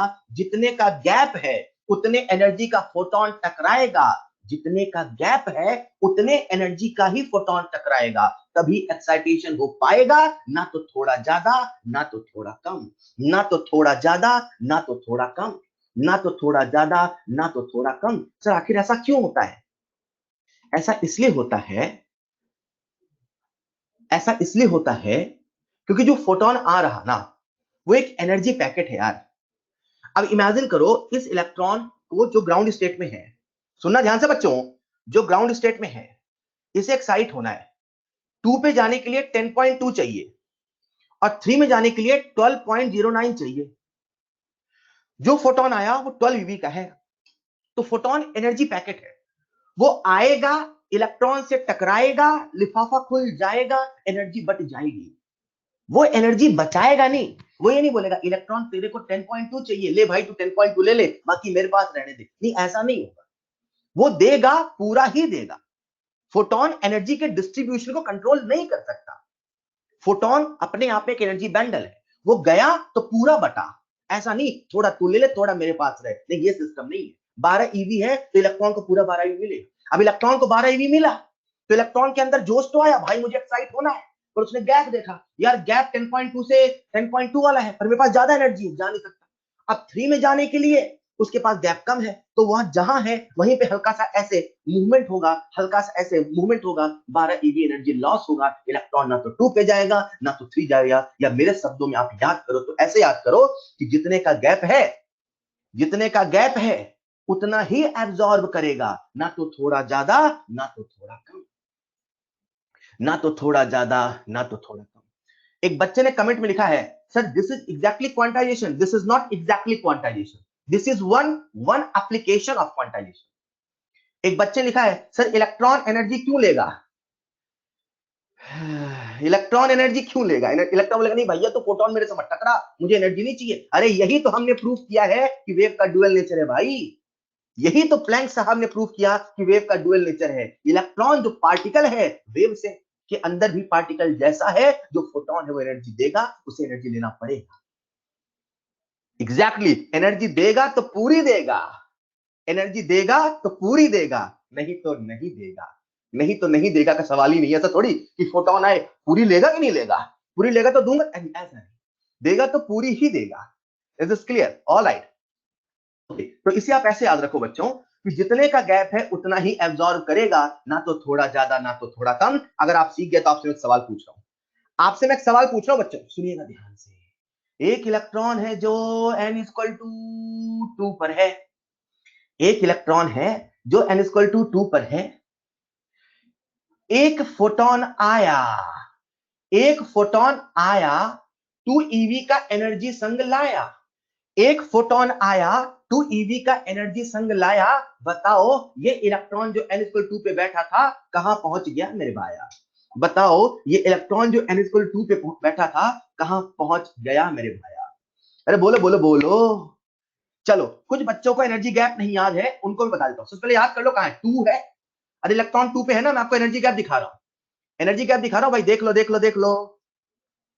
मुझे बताओ इलेक्ट्रॉन 2 पे बैठा था, एक फोटोन आया, साथ में 2 ईवी का एनर्जी लाया, इलेक्ट्रॉन से टकराया, इलेक्ट्रॉन के अंदर कंपन आया, वो इलेक्ट्रॉन कहां पहुंच गया मेरे भाया। बताओ बच्चों बताओ। अरे एनर्जी गैप देखो ना यार, जितने का गैप है अगर उतना है तो जाएगा, नहीं तो वहां से हिल नहीं पाएगा। जितने का गैप है उतना एनर्जी आएगा तो ही कहीं जाएगा, नहीं तो वहां से हिल नहीं पाएगा। आप सब देख सकते हैं 2 और 3 के बीच का गैप है 1.89 है, एग्जैक्टली इतना ही चाहिए, एग्जैक्टली इतना ही चाहिए, ठीक है। 2 और 3 का गैप है 1.89 और यहां से यहां गैप कितना है 0.66। तो आप कहीं पे भी देखो, आप चाहे तो इस वाले गैप को मतलब 1.89 और 0.66 को ऐड करो तब भी ये 2 से ज्यादा हो रहा है। मतलब यहां पे कोई भी कॉम्बिनेशन ऐसा नहीं है जिसमें एनर्जी का गैप 2 ईवी हो। यहां पर किसी भी दो ऑर्बिट के बीच में एनर्जी का गैप इतना नहीं है कि 2 ईवी हो, इसलिए फोटोन आएगा, इलेक्ट्रॉन से टकराएगा, फोटोन आएगा, इलेक्ट्रॉन से टकराएगा, लिफाफा खुलेगा, एनर्जी बटेगा, लेकिन फिर भी इलेक्ट्रॉन जहां है वही रहेगा, क्योंकि जितने का गैप है उतने का एनर्जी उसे नहीं मिलेगा। ऑलराइट, ओके, तो ये तो बात रही कि भाई ऐसा होगा। अब ये तो हुआ अपना केस जब इलेक्ट्रॉन नीचे से ऊपर जाएगा। सब लोग सुनिएगा ध्यान से बच्चों, सुनिएगा ध्यान से। हुआ क्या, आगे बढ़ रहे हैं, आपका फिर ध्यान चाहिए।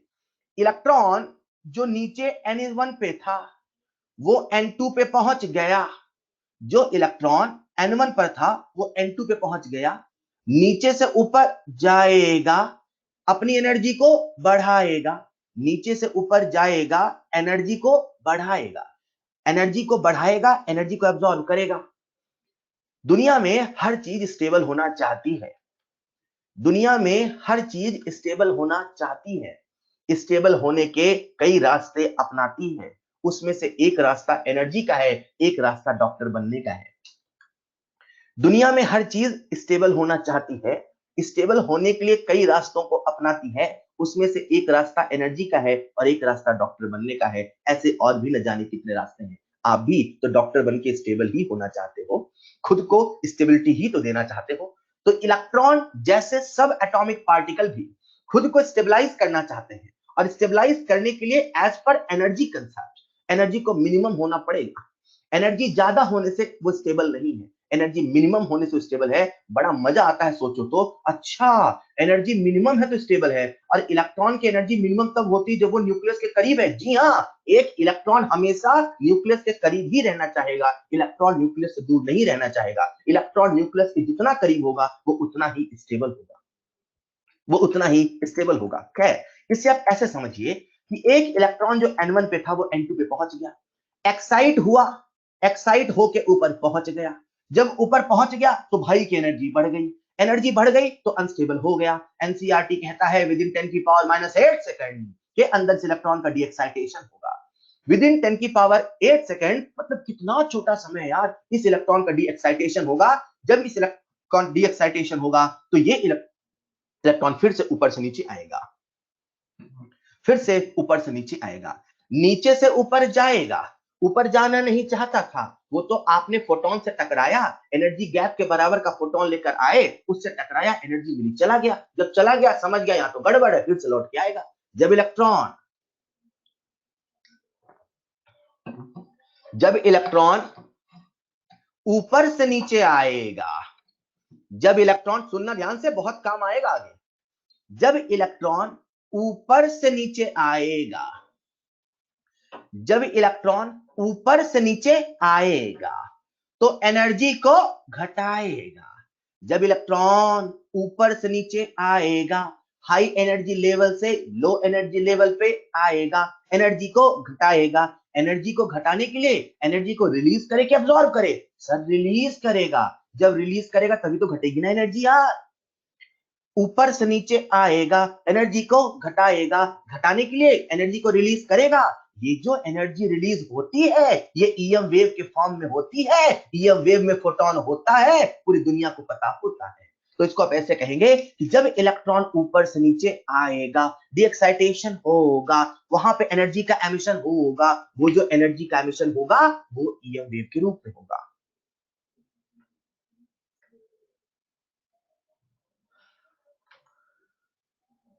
जब इलेक्ट्रॉन ऊपर से नीचे आएगा, एनर्जी को घटाएगा, एनर्जी रिलीज होगी, ईएम वेव के रूप में होगी, उसमें फोटोन आएगा। मजे की बात है बच्चों, जितने का गैप है, जितने का गैप है उतने का ही फोटोन आएगा, जितने का गैप है उतने का ही फोटोन आएगा। अरे हिंदी तो समझ जाते ना थोड़ा सा यार, थोड़ा सा ही तो है।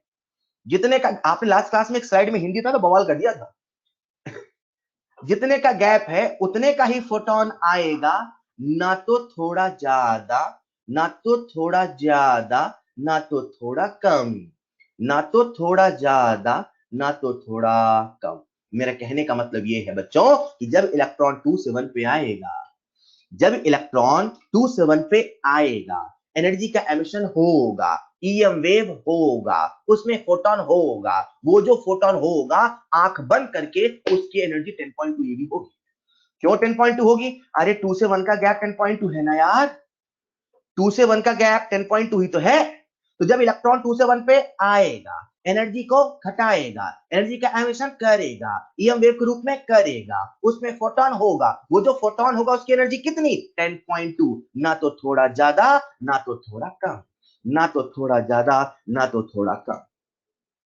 सारी बातों की एक बात मैंने ये कही कि बेटा जब इलेक्ट्रॉन नीचे से ऊपर जाएगा तो वो एनर्जी को एब्जॉर्ब करेगा, और वो उतने ही एनर्जी का एब्जॉर्प्शन करेगा जितने का गैप है, जितने का गैप है। अगर 1 से 3 का गैप 12.09 है तो 12.09 ही एब्जॉर्ब करेगा, ना तो थोड़ा ज्यादा ना तो थोड़ा कम। अगर वो गैप के बराबर फोटोन के पास एनर्जी नहीं है तो भूल जाओ उस इलेक्ट्रॉन में कुछ होगा। अगर फोटोन टकराया तो, अगर फोटोन टकराया तो, मैं बार बार कह रहा हूं अगर फोटोन टकराया तो। सर आप बार बार फोटोन टकराया क्यों कह रहे हो? कि कभी कभी कुछ और भी टकराता है, जो कुछ और टकराता है वो आपके सिलेबस में नहीं है ना। तो आपने कुछ लेवल पर नहीं सोचना है, अपने दिमाग में इतना हो कि जब जब फोटोन टकराएगा जितने का गैप है उतने गैप के बराबर अगर फोटोन एनर्जी लेके आएगा तब तो कुछ हो पाएगा, नहीं तो इलेक्ट्रॉन जहां बैठा था वहीं बैठा रह जाएगा। जितने का गैप था उतना ही एनर्जी होना चाहिए। ठीक उसी प्रकार से जब इलेक्ट्रॉन ऊपर से नीचे आएगा तो ऊपर से नीचे आएगा कहने का मतलब है जब वो डीएक्साइट होगा, कहने का मतलब है जब वो लो एनर्जी लेवल पे आएगा, कहने का मतलब है वो अपनी एनर्जी को डिक्रीज करेगा, कहने का मतलब है कि जब वो हाई से लो पे आएगा तो एनर्जी को एमिट करेगा, और जो एनर्जी का एमिशन होगा उसमें फोटोन होगा, और वो जो फोटोन होगा वो एग्जैक्टली गैप के बराबर होगा। हाँ बोलो बेटा, बोलो बोलो, डाउट बोलो, डाउट बोलो।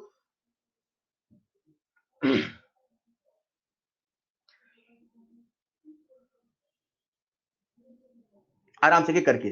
सर हाई से लो पे क्यों आएगा? स्टेबल होने के लिए। सर हाई से लो पे क्यों आएगा? स्टेबल होने के लिए। इलेक्ट्रॉन जो एक्साइट होकर ऊपर जाएगा वो ऊपर से नीचे आएगा। तो एक बच्चा मुझसे बड़ा बेसिक सवाल पूछता, एक एक करके यार, वो डाउट ले लूं मैं, एक साथ सारे डाउट लिख दोगे ना तो गायब हो जाएंगे। तो एक बच्चा मुझसे डाउट पूछता, सर यार हाइड्रोजन में तो एक ही ऑर्बिट होगा, आप ये 1 2 3 4 5 6 क्यों लिख रहे हो? बेटा ये हाइपोथेटिकल एनर्जी लेवल है। एक बच्चा मुझसे डाउट पूछता है कि सर यार हाइड्रोजन में तो एक ही ऑर्बिट होगा, ये आप 1 2 3 4 5, बेटा ये ऑर्बिट नहीं एनर्जी लेवल है, ये हाइपोथेटिकल एनर्जी लेवल है।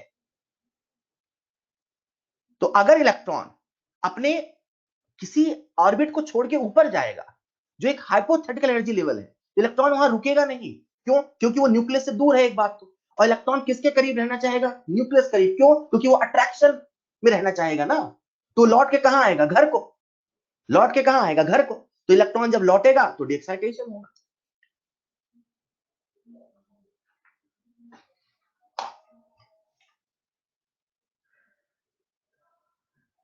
ओके ठीक है, बाकी डाउट बाद में। हाँ कुछ बेसिक बेसिक डाउट है सर, जेडी क्या था वो अलग से पूछना बेटा, कल बताया था। सर तो फायदा क्या हुआ एनर्जी प्रोवाइड करने का? अभी बताऊंगा कुछ देर में, स्पेक्ट्रम में बताऊंगा। ऑल राइट सर, एक कंसेप्ट का रियल लाइफ, बेटा रियल लाइफ कुछ नहीं है, आप एग्जाम की तैयारी कर रहे हो, सवाल बनना चाहिए। हाँ थ्योरी वाले सवाल, फील वाले सवाल जल्दी बनते हैं जब फील आता है। ठीक है, तो ये सारी बातें फील के लिए बस।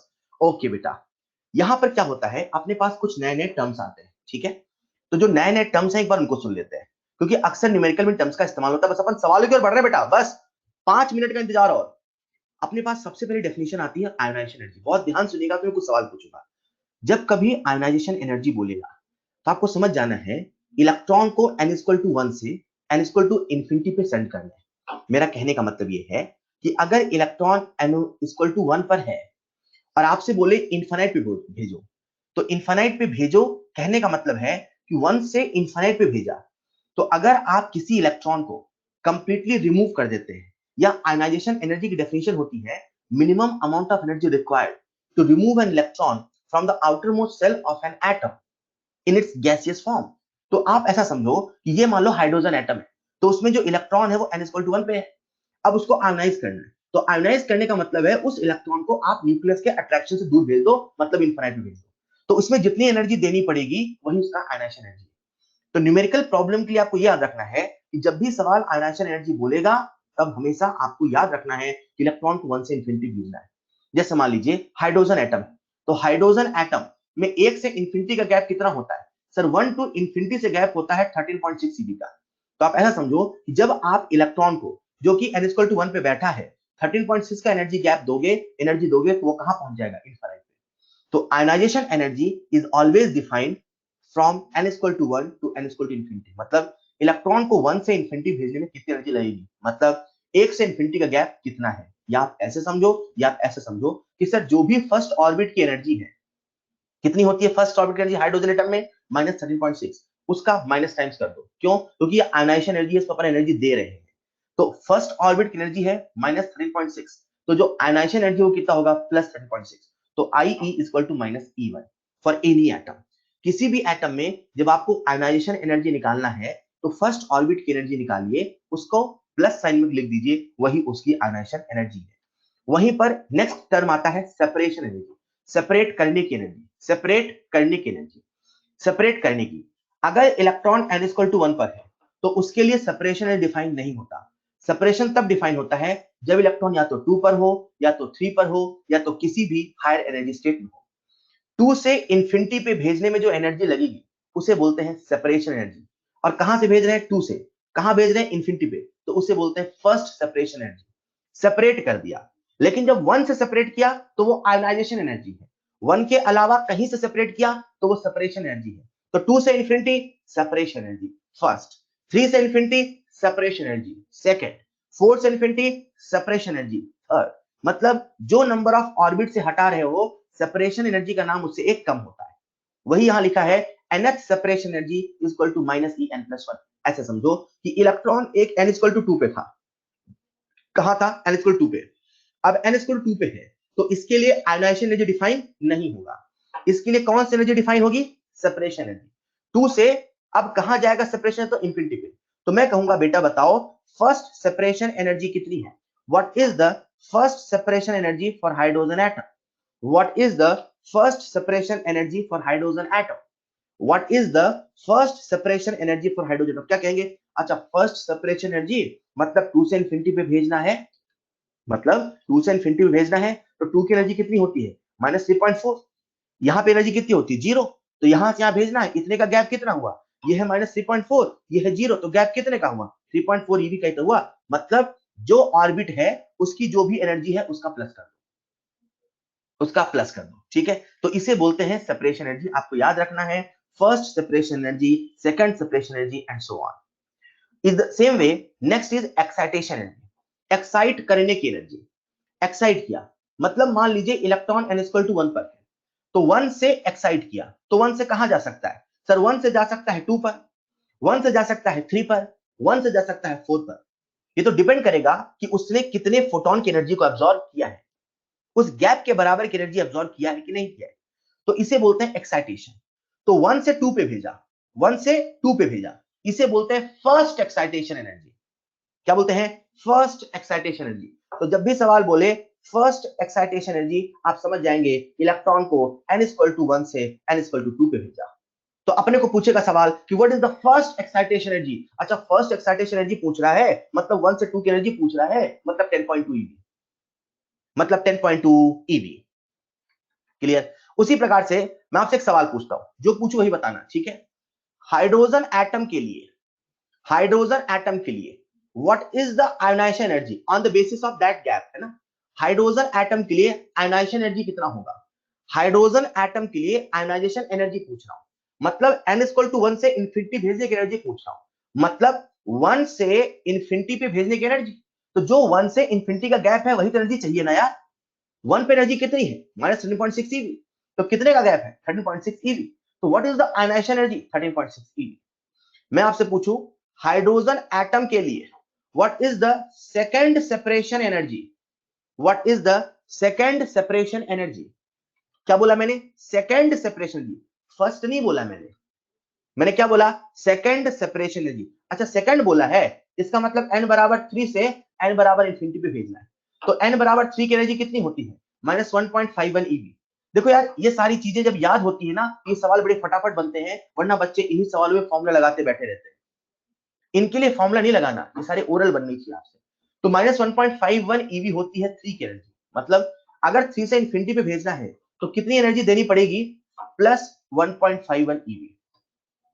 उसी प्रकार से मैं आपसे पूछूं हाइड्रोजन एटम के लिए what is the second excitation energy?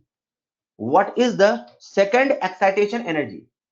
Second excitation energy, what is the second excitation energy?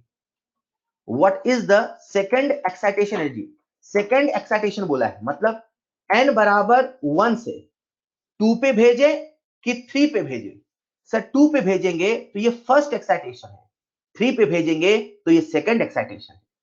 मतलब जो ऑर्बिट का नंबर है एक्साइटेशन एनर्जी का नाम उससे एक कम होता है। सेकंड एक्साइटेशन एनर्जी मतलब 3 पे भेजना है, फोर्थ एक्साइटेशन एनर्जी मतलब 3 पे भेजना है।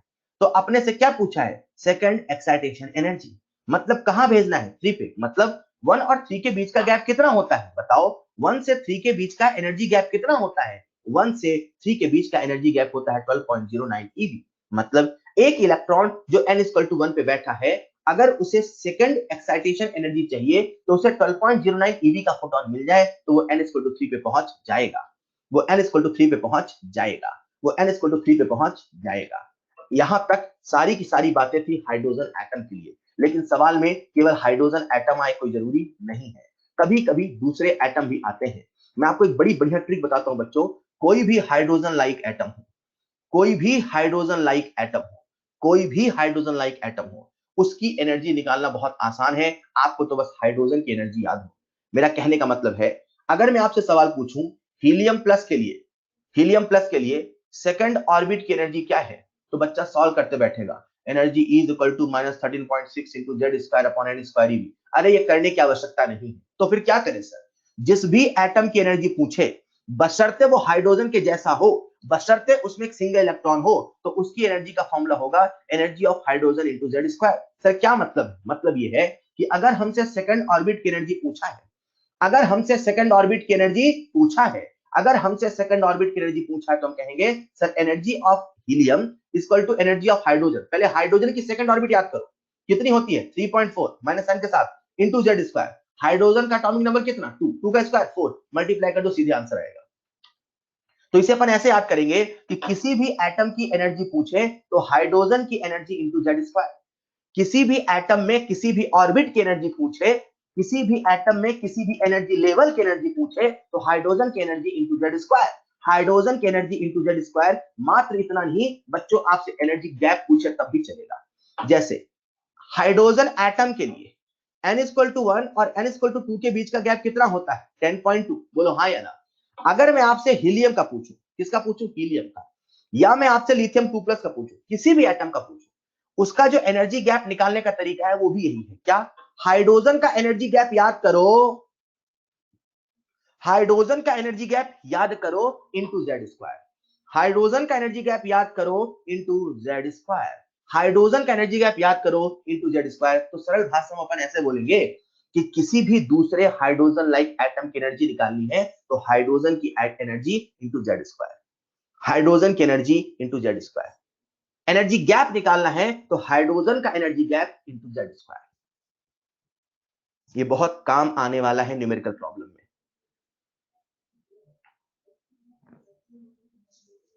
क्लियर? क्लियर? उसी के साथ आपको एक फॉर्मूला और याद रखना है। किसी भी ऑर्बिट की जो एनर्जी होती है वो फर्स्ट ऑर्बिट की एनर्जी से कुछ इस प्रकार रिलेट होती है। हाइड्रोजन एटम में अगर आपको फोर्थ ऑर्बिट की एनर्जी बतानी है तो आपको क्या करना है? फर्स्ट ऑर्बिट की energy upon N square. N क्या है? 4, मतलब 16, मतलब 13.6 अपॉन 16 आप करेंगे तो इसकी जो एनर्जी आएगी, मैंने साइन के साथ, इसकी जो एनर्जी आएगी वो उतनी ही आएगी जितनी आपको याद है फोर्थ की। कितनी? 13.6 किसकी होती है? फर्स्ट की। 3.4 कितनी होती है? सेकंड की। 1.51 कितनी होती है? थर्ड की। 0.85 कितनी होती है? फोर्थ की। तो जब आप इसको सॉल्व करेंगे तो 0.85 ईवी ही आएगा। हम किसी भी ऑर्बिट की एनर्जी को रिलेट कर सकते हैं फर्स्ट ऑर्बिट की एनर्जी के माध्यम से अपॉन एन स्क्वायर करना है। आपको बता दूं, formula number this, formula number this, formula number this are very very important formula. ये है बहुत छोटे बट इन्हें मैं वेरी इंपॉर्टेंट फॉर्मूले कैटेगरी में रखता हूं क्योंकि आप देखना कुछ अच्छे सवाल इनकी मदद से बहुत आसानी से बन जाएंगे। शुरू होने वाला है सवालों का खेला। क्या आप सब तैयार हैं सवालों का खेला खेलने के लिए? शुरू होने वाला है सवालों का खेला। क्या आप सब तैयार हैं सवालों का खेला खेलने के लिए? ये जो ऊपर पॉइंट लिखे हैं ये भी आगे न्यूमेरिकल में आएंगे, मैं वहां इनको समझाऊंगा। ठीक है, अभी अपन शुरू करते हैं। क्या बात है बेटा, चलिए शुरू करते हैं। आपके सामने स्क्रीन पर है पहला सवाल। बिल्कुल बेसिक से स्टार्ट किया है मैंने, बिल्कुल सिंपल सवाल से स्टार्ट किया है। बच्चों सवाल पढ़ो, मन में फॉर्मूला याद करो, फॉर्मूला कॉपी में लिखो, डाटा पुट करो, आंसर निकालो। बच्चों सबसे पहले फॉर्मूला याद करो, जो टॉपिक का सवाल है उसका फॉर्मूला याद करो।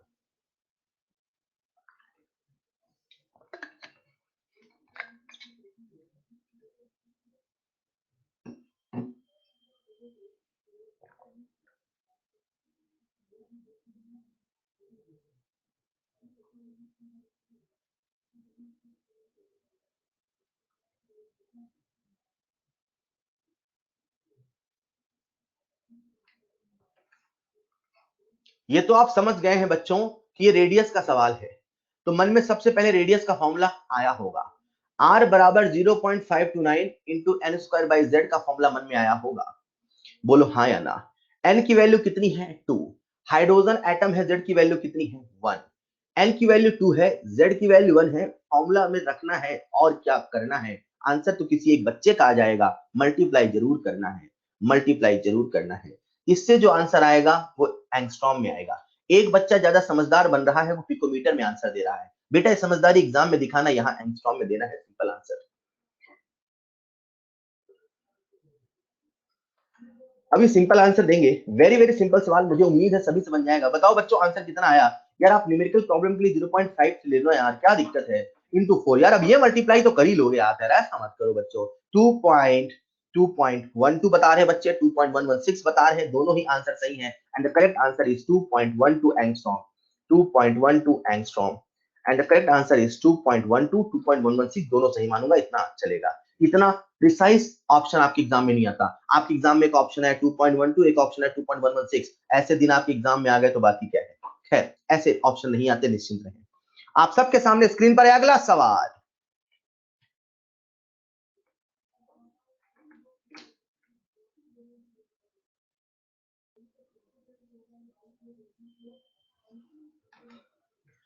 Calculate the radius ratio of first orbit of helium plus to second excited state of lithium 2 plus ion। Gaur फरमाइएगा, second excited state बोला है, अरे सेकंड एक्साइटेड स्टेट बोला है।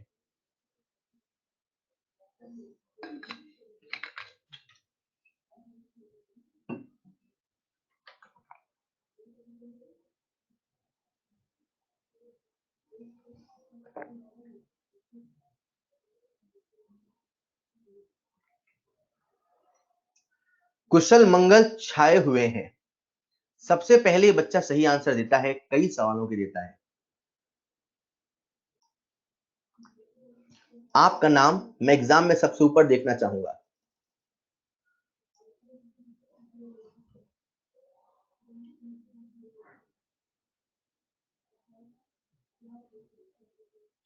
And the correct answer is, and the correct answer is 1:6, 1:6। जिन बच्चों को doubt है उनके लिए बेटा, यार रेडियस की बात कर रहा है, रेशियो की बात कर रहा है, जब भी कभी रेशियो की बात करता है, प्रोपोर्शनलिटी का फॉर्मूला याद करिए। आप सबको रेडियस का फॉर्मूला तो याद होगा, r बराबर 0.529 into N square by Z याद होगा। बोलो 0.529 एक कांस्टेंट है, आप यहां से कह सकते हैं r is proportional to N square by Z. दो स्पीसीज हैं, एक हीलियम है, दूसरा लिथियम है, तो यहाँ पे लिख लो हीलियम प्लस, यहाँ पे लिख लो लिथियम 2 प्लस। 1 2 हमेशा नंबरिंग कर लो, कंफ्यूजन नहीं होता है। जिन बच्चों का आंसर उल्टा आता है वो इसीलिए से आता है, वो 1 के डाटा में 2 का डाटा, 2 के डाटा में 1 का डाटा रख देते हैं। तो हीलियम प्लस में आपको दे रखा है फर्स्ट ऑर्बिट, n की वैल्यू 1, z की वैल्यू 2। लिथियम 2 प्लस दे रखा है सेकंड एक्साइटेड स्टेट। बच्चों सेकंड एक्साइटेड स्टेट है, मतलब n की वैल्यू 3 है। एक्साइटेड स्टेट जो बोलता है सेकंड एक्साइटेड, मतलब n बराबर 3, n उससे एक ज्यादा होता है। तो लिथियम 2 प्लस में n की वैल्यू कितनी है 3, z की वैल्यू कितनी है 3, वैल्यू को पुट करना है, r proportional to n square by z है, तो r proportional to n square by z मतलब r1 बाई r2 बराबर n1 square upon z1 into n2 square upon z2। अरे यही तो होगा ना यार, सभी डाटा को पुट करिए। n1 कितना दे रखा है, यहां से रखिए 1 का स्क्वायर 1 इंटू z2 कितना दे रखा है 3, ये 2 के सामने है ना, ये 2 के सामने है, तो z2 कितना है 3, 1 इंटू 3 अपॉन z1। z1 कितना है बच्चों 2 इंटू n2 स्क्वायर कितना 3 का स्क्वायर 9। इसे सॉल्व करेंगे आंसर आएगा 1:6, and the correct answer is 1:6।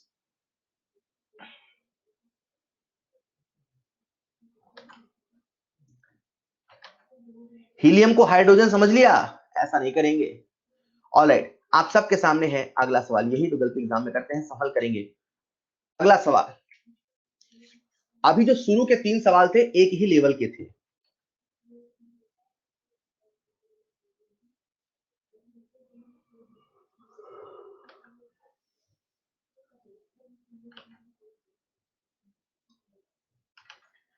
The radius of an orbit of hydrogen atom is 0.85 nanometer.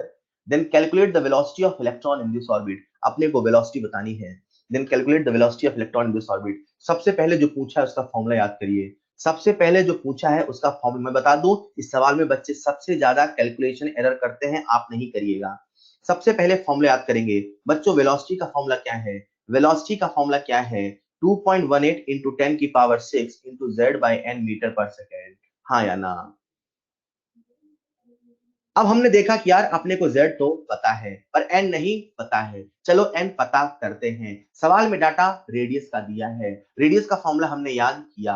Radius का फॉर्मूला है 0.529 into n square by z. यार r दे रखा है, z दे रखा है, n निकालना है. लेकिन यहाँ पे आप गलती करते हैं. जो फॉर्मूला आपको याद है एंगस्ट्रॉम का याद है और जो डाटा दे रखा है वो नैनोमीटर का दे रखा है. बहुत सारे बच्चे नैनोमीटर को एंगस्ट्रॉम में कन्वर्ट नहीं कर पाते हैं. उनके लिए मैं आपको बताता हूं बच्चों, 1 नैनोमीटर बराबर 10⁻⁹ मीटर होता है. 1 नैनोमीटर बराबर 10⁻⁹ मीटर होता है. 1 एंगस्ट्रॉम बराबर 10⁻⁻10 मीटर होता है. 10⁻⁹ 10⁻⁻10 कौन बड़ा है? नैनोमीटर. नैनोमीटर बड़ा है, माइनस साइन है ना यार. तो नैनोमीटर एंगस्ट्रॉम से बड़ा है. या आप ऐसा समझो कि 1 नैनोमीटर बराबर होता है 10 एंगस्ट्रॉम. एंगस्ट्रॉम को 10 से मल्टीप्लाई कर दीजिए तो वो नैनोमीटर के बराबर हो जाता है. तो अपने सामने दे रखा है 0.85 नैनोमीटर, तो वो कितने एंगस्ट्रॉम हो जाएगा? 8.5 एंगस्ट्रॉम. सवाल में अब कुछ बचता नहीं है. रेडियस दे रखा है 8.5 angstrom equal to 0.529 into n square. हाँ यार, ये कैलकुलेशन थोड़ा सा यहाँ पे करनी पड़ेगी. 8.5 अपॉन 0.512, इसे सॉल्व करते हैं n स्क्वायर आता है 16, तो n की वैल्यू आ जाती है 4. इस n की वैल्यू को यहाँ पे पुट कर दीजिए, आंसर आ जाता है. n की वैल्यू को पुट कर दीजिए, आंसर आ जाता है. बिल्कुल सही. इतना कैलकुलेशन करना पड़ेगा बेटा. हालांकि आजकल एग्जाम में नहीं आ रहा, बट यार ये बेसिक कैलकुलेशन है, एक 12th पास स्टूडेंट से उम्मीद कर सकते हैं. तो कोई बहुत हाई फाई कैलकुलेशन नहीं है. तो ये कैलकुलेशन आपको करनी है और इसका जो आंसर आएगा, and the correct answer for the velocity is 5.45 into 10 की पावर 5. 5.45 into 10 की पावर 5. सबसे पहले सही आंसर देने वाले बच्चे हैं धीरज. धीरज ने सबसे पहले सही आंसर दिया. बहुत अच्छे बेटा धीरज, क्योंकि सवाल में बहुत कम बच्चों ने आंसर दिया. मेरे ख्याल से बहुत सारे बच्चे भी सॉल्व ही कर रहे होंगे, कैलकुलेशन उलझे होंगे. सर एंगस्ट्रॉम वाला समझ में नहीं आया. ऑलराइट बेटा. यार मैंने किया क्या, मैंने ऐसे बोला 1 नैनोमीटर 10 की पावर -9 मीटर होता है ना? होता है. 1 एंगस्ट्रॉम 10 की पावर -10 मीटर होता है ना? होता है. 10 की पावर -9 बड़ा है कि 10 की पावर -10 बड़ा है? चलो छोड़ो, आप ऐसे सोचो यार. 10 की पावर -10 को अगर मैं 10 से मल्टीप्लाई कर दूं तो क्या वो 10 की पावर -9 बन जाएगा? हाँ सर बन जाएगा. मतलब इसको 10 से मल्टीप्लाई करो, मतलब इसको 10 एंगस्ट्रॉम बोलो, तो 10 एंगस्ट्रॉम किसके बराबर हो जाएगा? 1 नैनोमीटर के. तो यहाँ से मैंने एक रिलेशन आपको बता दिया कि 1 नैनोमीटर बराबर 10 एंगस्ट्रॉम होता है. 1 नैनोमीटर बराबर 10 एंगस्ट्रॉम है, तो अपन ने इसे कन्वर्ट कर लिया और फिर वैल्यू को पुट कर दिया. Is it clear? आप सबके सामने स्क्रीन पर है अगला सवाल. अगला सवाल बढ़िया है, सवाल है, सिंपल सवाल है और ऑब्जेक्टिव है. सबसे बढ़िया बात है, हर कोई बच्चा आंसर देगा इसका. ऑब्जेक्टिव सवाल का हर कोई बच्चा आंसर देगा.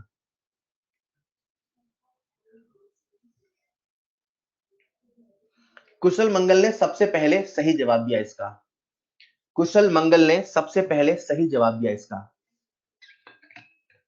एक बच्चे ने जवाब दिया सर सी ऑप्शन नहीं है, मतलब ए बी डी है.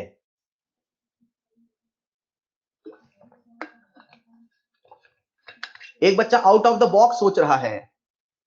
Sir option E. Out of the box नहीं सोचना है, सिलेबस के दायरे में सोचना है. मैं सच बताऊं, आप में से बहुत सारे बच्चे ऐसे हैं, सुनो सुनो सुनो, वो क्या करते हैं, बहुत सारे बच्चे आंसर दे रहे हैं, शायद वो ऐसे करते हैं, sir mvr equal to NH upon 2 pi. मैंने कहा ठीक है, तो सर r को नीचे भेज देते हैं, तो mv equal to NH upon 2 pi r. Sir inversely proportional to r. Sir ऐसा ऑप्शन नहीं है क्या? यार ऐसा तो ऑप्शन ही नहीं है. None of these. बच्चों ये जो आप करते हैं ये गलत है. सॉरी गलत क्यों है? अरे सवाल बोला है multiplication of v and r. Multiplication of v and r. तो अब आपको क्या करना है, सुनना ध्यान से. ऐसा कुछ बच्चे करते हैं, फिलहाल आप में से सारे बहुत सारे बच्चों ने नहीं किया है, तो आपको करना क्या है, आपको कुछ इस प्रकार से करना है. अरे multiplication of v and r बोला है, तो mvr बराबर NH अपॉन 2 पाई बोला है, तो v और r का मल्टीप्लीकेशन क्या होगा? NH अपॉन 2 पाई m नया. तो क्या v और r का जो प्रोडक्ट है वो m के इनवर्सली प्रोपोर्शनल नहीं है तो inversely proportional to mass of electron, inversely proportional to mass of electron is the answer, inversely proportional to mass of electron is the answer.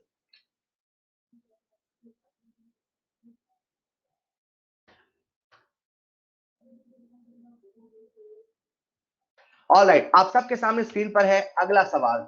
अगला सवाल बढ़िया सवाल है, और सच बताऊं जिन जिन बच्चों को सवाल आता है वो भी इसका पूरा मतलब समझेंगे जब मैं सॉल्व करूं तो। आप सब लोगों के सामने स्क्रीन पर है अगला सवाल। The ratio of two Bohr orbits of hydrogen atom is 4:1, then what would be their nomenclature? Then what would be their nomenclature? मतलब आपको बता दूं मैं, जो K होता है वो n बराबर 1 होता है, जो L होता है वो n बराबर 2 होता है, जो M होता है वो n बराबर 3 होता है, जो N होता है वो n बराबर 4 होता है। ये मैं आपको इंफॉर्मेशन दे देता हूं। KLMN ये शेल होता है, n बराबर 1 2 3 4 ये ऑर्बिट होता है। फर्क बस शब्दों का होता है, मतलब सेम होता है। सवाल आपसे पूछ रहा है अगर दो बोर ऑर्बिट का रेशियो 4:1 है तो बताओ उनका नॉमेनक्लेचर क्या है, तो बताओ उनका नॉमेनक्लेचर क्या है। सच बताऊं बहुत सारे बच्चों के सवाल याद होता है, लेकिन इस सवाल में थोड़ा सा ट्विस्ट है, उसकी वजह से उनका आंसर गलत आ रहा है। जिन बच्चों को आंसर रटा है उनका आंसर गलत है। कैसे सॉल्व करेंगे सुनिएगा बच्चों ध्यान से। अरे हाइड्रोजन एटम है ना यार, radius is equal to 0.529 into N square by Z होता है ना यार। अगर रेडियस का फॉर्मूला ये है, 0.59 एक कांस्टेंट है, z दोनों के लिए सेम है, तो मैं कह सकता हूं r proportional to n square. बोलो हाँ या ना यार। अरे तो हम ये भी तो कह सकते हैं R1 upon R2 equal to N1 square upon N2 square. बोलो ये कह सकते हैं, बिल्कुल कह सकते हैं। दोनों का रेशियो 4:1 दिया है, बिल्कुल दिया है। इसका मतलब N1 अपॉन N2 का जो वैल्यू है वो 2:1 होगा। हाँ सर बिल्कुल होगा। अरे ये ऐसी ऑर्बिट है, ये ऐसी ऑर्बिट है जिनका रेशियो 2:1 है। सोचो किस किस ऑर्बिट का रेशियो 2:1 हो सकता है। सर एक तो 2 और एक तो 1 खुद हो सकता है। बच्चों मैं रिपीट नहीं करूंगा, ध्यान से सुनिएगा। एक तो 2 एक तो 1 खुद हो सकता है, मतलब एक L हो एक K हो, तो L और K तो है। क्या 2 और 1 का रेशियो, सुनना ये रेशियो है, ये ऑर्बिट का नंबर नहीं है। क्या 2 और 1 का रेशियो कभी नहीं हो सकता? सर 1000 तरीके से हो सकता है। सर 2 और 1 का रेशियो 2:1 है। सर 4 और 2 का रेशियो भी तो 2:1 है। सर 8 और 4 का रेशियो भी तो 2:1 है। सर 16 और 8 का रेशियो भी तो 2:1 है।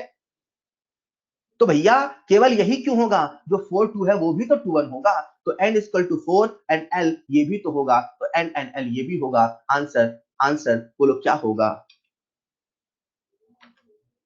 आंसर बोलो क्या होगा, आंसर बोलो क्या होगा, आंसर बोलो क्या होगा। आंसर होगा B and C, B and C. क्या बात है, and the correct answer is B and C. बहुत अच्छे बच्चों बहुत अच्छे। आप सबके सामने स्क्रीन पर है अगला सवाल।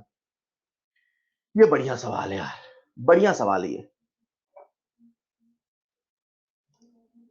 आप सबके सामने स्क्रीन पर है अगला सवाल।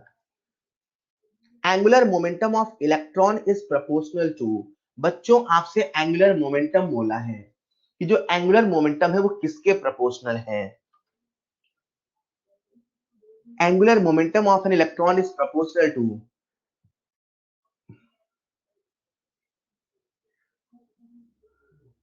Angular momentum of an electron is proportional to. मैं बताऊं इस सवाल में, चलो आप लोग बताना आप में से कितने बच्चों ने ऐसे किया। अच्छा एंगुलर मोमेंटम है M V R equal to N H upon 2 pi, तो यार आर को इधर भेज दो ना, आर आर दिख रहा ऑप्शन में सारे। तो sir M V is equal to N H upon 2 pi R. Raise your hand, आप में से कितने बच्चों ने ऐसा किया, रेज योर हैंड। कितने बच्चों ने ऐसा किया, रेज योर हैंड। कितने बच्चों ने ऐसा किया, रेज योर हैंड। जैसा मैंने सॉल्व किया कितने बच्चों ने ऐसा किया, रेज योर हैंड। क्या बात है, बहुत अच्छे बच्चे, बहुत टैलेंटेड बच्चे यार, क्या बात है, बहुत अच्छे बहुत अच्छे, वेरी गुड। और बच्चे आप सब के सब गलत हैं, आप सब के सब गलत। अरे यार ऐसा क्यों कर रहे हो सर, गड़बड़ क्या है इसमें।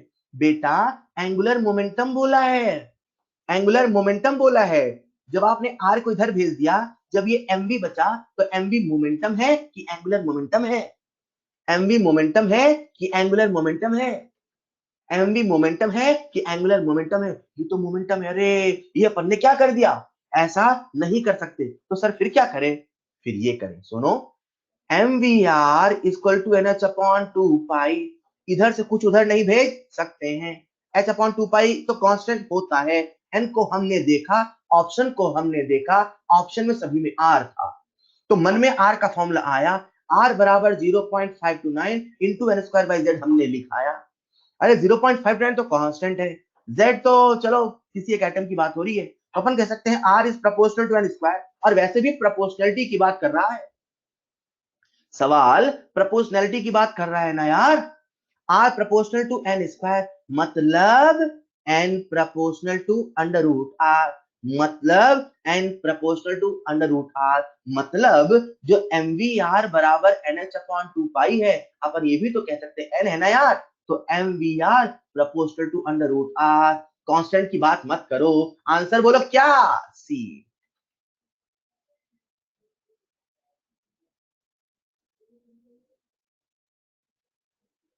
हाँ सचिन बेटा, जिनका सही गया उनके कोई है। ऑलराइट, बहुत अच्छा कर रहे हैं आप यार, कोई बात नहीं, गलतियों से ही तो सीखते हैं। सवाल गलत कराना मेरा काम है, आप तो अपनी गलतियों को हाँ गलतियों को ऑब्जर्व करिए।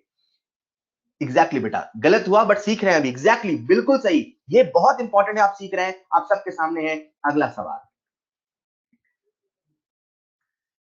Calculate the ratio of velocity of electron, calculate the ratio of velocity of electron in third orbit of hydrogen atom and fifth orbit of lithium 2 plus। बच्चों सुनिएगा, शायद अभी टाइम हो चुका है और आपकी अभी अगली क्लास भी है ना, तो ये जो सवाल है ये मैं आपको होमवर्क में दे रहा हूं, क्योंकि सवाल आपके सामने स्क्रीन पे आ चुका है, लेकिन मैं सबसे पहले ये सवाल और इसका सॉल्यूशन दोनों आपसे शेयर करूंगा, लेकिन उसके पहले मैं आपसे आज की क्लास का हैंडआउट शेयर कर रहा हूं। मैं हैंडआउट शेयर कर रहा हूं, सवाल आप लोग देख ले, मैं हैंडआउट शेयर कर रहा हूं आज क्लास का।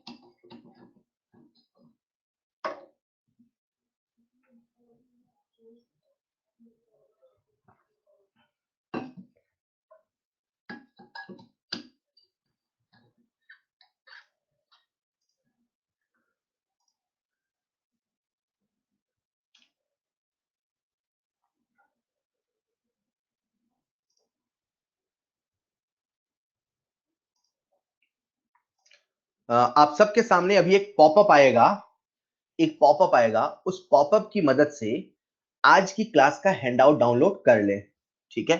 तो अभी आपके सामने एक पॉपअप आ गया होगा, उसकी मदद से आज की क्लास का हैंडआउट डाउनलोड कर लो। नंबर 1, ये सारे हैंडआउट आपको लिंक पर भी मिल जाएंगे।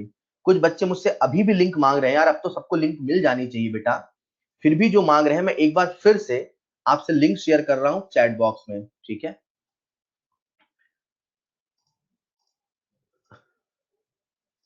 ये जो सवाल मैंने आपको लास्ट में दिया था, अब इसे कल डिस्कस करेंगे, ठीक है, नेक्स्ट क्लास डिस्कस करेंगे, आप इसे एक बार कर लेना। मैंने होमवर्क स्टार्टिंग में बता दिया था युगल बेटा, ठीक है। टेस्ट की तैयारी दम से करिए, अपना पूरा एफर्ट दीजिए, पहले पेपर की मैथ्स से नंबर खींचने की तैयारी करिए। मिलते हैं नेक्स्ट क्लास में। जेडी क्या था, सिद्धार्थ बेटा मुझे कॉल करिए, मुझे कॉल करिए, आपको बताता हूं मैं। मिलते हैं नेक्स्ट क्लास में। That's all for today, thank you so much. That's all for today, thank you so much.